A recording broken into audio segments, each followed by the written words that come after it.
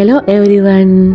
හැමදාමත් වගේම ඔයාලා හැමෝම අපේ YouTube channel එකට හරිම ආදරයෙන් පිළිගන්නවා. ඉතින් මේකේ එන්නේ සිංහල අලුත් අවුරුදු දවස් ටිකනේ.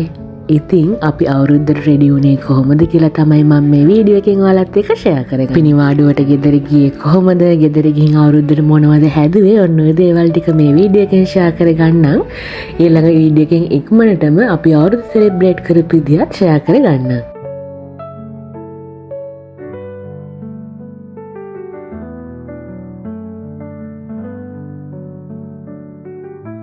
ඉතින් අද උදේම මෙහි තියෙන පුංචි වැඩ ටික ඔක්කොම ඉවර කරලා අපි ලෑස්ති වුණේ ගෙදර යන්න.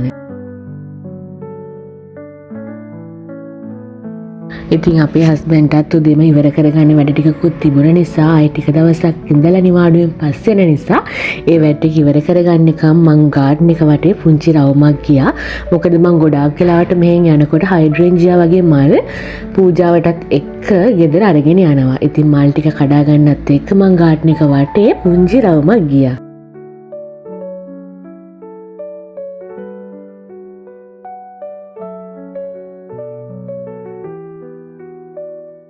උදේට ලේසියට හදාගන්න පුළුවන් අවසරය පෙඟෙන දාලා තිබුණ කඩලේ ටිකක් තම්බ ගත්තා.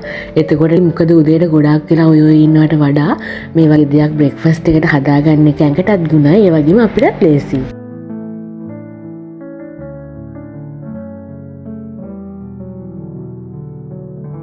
ඉතින් අවුරුදු කාලෙට කොහොමත් අපේ වටපිටාව හරිම ලස්සනයි. අලුතෙන් ගස්වල මල් පිපිලා ඒ වගේ දේවල් එක්ක වටපිටාව හරිම ලස්සනයිනේ.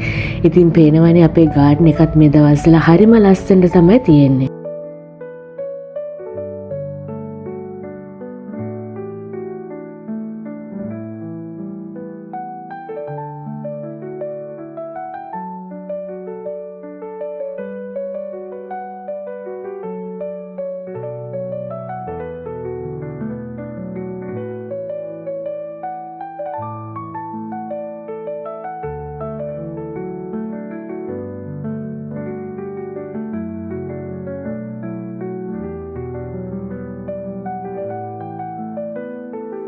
ඉතින් මේ දවස්වල ඔයාලගේ ගාඩන් එකෙත් මේ වගේම හරිම ලස්සනට මල් පිපිලා අවුරුද්දට රෙඩි වෙලා ඇති නේද? ඉතින් කමෙන්ට් එකක් දාගෙන යන්නකෝ ඔයාලගේ වටපිටාවත් කොහොමද අවුරුදු වලට රෙඩි වෙන්නේ? ඒ වගේම ඔයාලත් අවුරුදු වලට රෙඩි වෙන්නේ කොහොමද කියලා? අපි ගෙදර ගිහින් එනකොට මේ ටික හැලිලා නරක් වෙලා යන නිසා අපි මේ ගහේ තිබ්බ චෙරි ටොමැටෝ ඔක්කොම ඉදුණ ටික කඩා ගත්තා. මේ විදිහට ටිෂු එකක් කියලා මං ඒ කප් එකක් ඇතුළට තමයි දාගත්තේ. නැත්තම් පොලිතින් වල දාගෙන ගියාම තැම් වෙනවනේ. හරිම ආසාවෙන් අපි දෙන්නත් එක්ක උදේ පාන්දර ගෙදර යන්න ලෑස්ති වෙලා මේ ටිකත් හාවෙස්ට් කරගත්තා.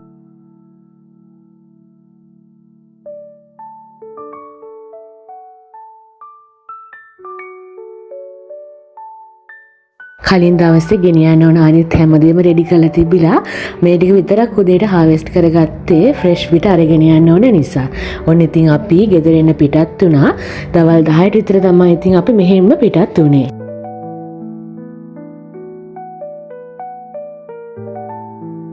පහුගිය ටිකේ මම ගෙදර හිටියා. දවස් 20කට විතර පස්සේ තමයි ඔන්න ආපහු ගෙදර ආවේ. ඉතින් අවුරුද්දට අපේ අම්මගේ ගාඩන් එකත් හරිම ලස්සනට හැඩ වෙලා තියෙනවා. හැබැයි මේ පැත්තට වැස්ස ටිකක් අඩු නිසා චුට්ටක් මල් වලට නම් ඩැමේජ් වෙලා තමයි තියෙන්නේ. මේ ගෙදර ආවට පස්සේ දවසේ අපි 4-5 දිනක් එක්කම එකතු වෙලා shopping ගියා. shopping ගියේ ඇඳුම් නම් ගන්න නෙවෙයි. අපි කලින් ඇඳුම් අරන් තිබ්බ. මොකද මේ දවස්වල ඇඳුම් shop වලට ලං වෙන්නවත් බෑනේ. ඒ නිසා අනිත් ඕන grocery item ගන්න, ඒ වගේම කැවිලි වර්ග හදන්න ඕන දේවල් ගන්න ඕන ඕවට තමයි ඉතින් එදා නම් අපි ටවුන් එකට ගියේ. ඉතින් මේ පාර අවුරුද්දට නංගිමයි කතා වුණා ෆෘට් කේක් එකකුයි මාබල් කේක් එකකුයි දෙකක්ම හදන්න. ඉතින් මේ මුලින්ම ෆෘට් කේක් එකට ඕන දේවල් ටික තමයි කිරණ ගමන් ඉන්නේ.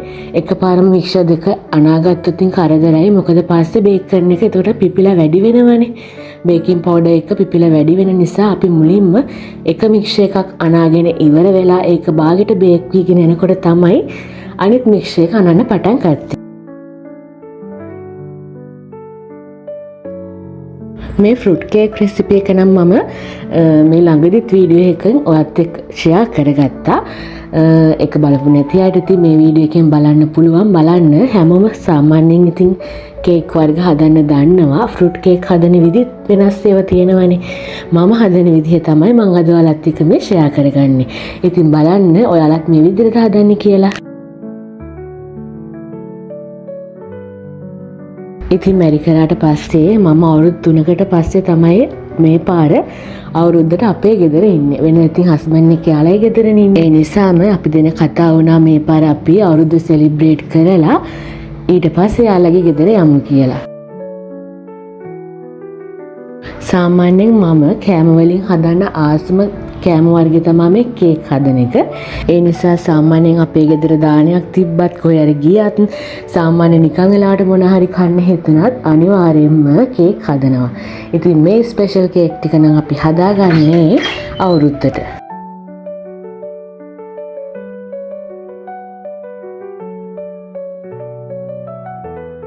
වැඩක් කරන්න ගියාම ඉතින් ඇඟ පුරාම ගාගෙන භාජන ඔක්කොගෙම ගාගෙන එහෙම තමයි ඉතින් කේක් මික්ස්චර් හදන්න ගියාම. ඔයාලා දන්නව ඇතිනේ මහා පරිමාණයෙන් මෙහෙම සැරින් සැරේ කේක් දානකොට විශේෂයෙන් කේක් නාන්න වෙනවා. ඉතින් ඔන්න ෆෘට් කේක් එක මම බේක් වෙන්න දානවා විනාඩි 40ක් ටෙම්පරේචර් එක 180 මේක හොඳට බේක් කරගන්නවා.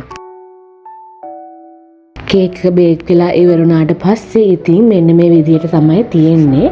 හරිම රස පාටට කේක් එක තියෙනවා. ඉතින් මේ වෙලාවේ කාලා බලන විදිහකුත් නෑ. මේක අවුරුද්දට හදපු කේක් එකනේ. තව දවසක් තියෙනවා. ඉතින් අපි අවුරුදු දවසේ මේක කපලා කාලා බලමු. ෆෘට් කේක් එක බේක් වෙන අතර වාරේ මම මාබල් කේක් එකට ඕන මික්ස්චර් එක රෙඩි කරගත්තා. ඊට පස්සේ ඉතින් ඒක පොඩ්ඩක් මික්ස් කරලා මේ විදිහට බේක් වෙන්න දැම්මා. අර ටෙම්පරේචර් එකේම අරම ටයිම් ටිකම තමයි තිබ්බේ. වෙන මුකුත් වෙනස් කරේ නැහැ. ආස්මි හදන වීඩියෝ එකක් දැකලා මම පුදුම දොළදුකකින් හිටියේ මේ ආස්මි එකක් කන්න. ඉතින් හස්බන්ඩ් කියලා මම ආස්මි ගෙන්නගෙන අවුරුද්දකට කලින්ම ආස්මි කෑවා. ඉතින් කේක් වලට අමතරව අපේ නංගී අම්මයි එකතු වෙලා දැන් නම් මේ කොකිස් හදන ගමන් තමයි හිටියේ. කොකිස් හැදුවට අමතරව තව මුං කැවුම් ඒ වගේ දේවලුත් හැදුවා. මට ඒව නම් ඇත්තටම වීඩියෝ කරගන්න ඕනේ නැහැ. මොකද මම කේක් හදන ටයිම් එක අතර වාරේ තමයි යාලා මේ අනිත් දේවල් ටික හැදුවේ.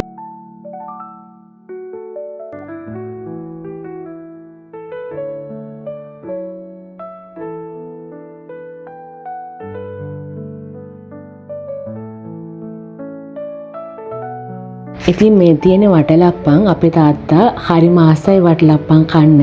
ඉතින් එයා කියපු නිසාම ඔන්න අපි වටලප්පනුත් හදාගත්තා. මට ඒකේ මික්ස්චර් ටික ඒ දේවල් නම් වීඩියෝ කරගන්න ටයිම් තිබ්බේ නැහැ. ඇත්තටම හරි මහන්සියෙන් හිටියේ. උදේ ඉඳන් කේක් හැදුවා, ගොඩක් දේවල් කරා. ඒ නිසා ඉතින් පස්සේ මතක් වෙලා තමයි මේ පුංචි වීඩියෝ ක්ලිප් එකත් අරගත්තේ. ඉතින් ඔය වැඩ ටික ඔක්කොම ඉවර වෙනකොට ටිකක් හවස් වුණා. ඕන්න පරණ අවුරුද්දේ නාන චාරිත්‍රාත් කරන්න මම වැඩ ටික ඔක්කොම ඉවර කරලා හොඳට නාගත්තා.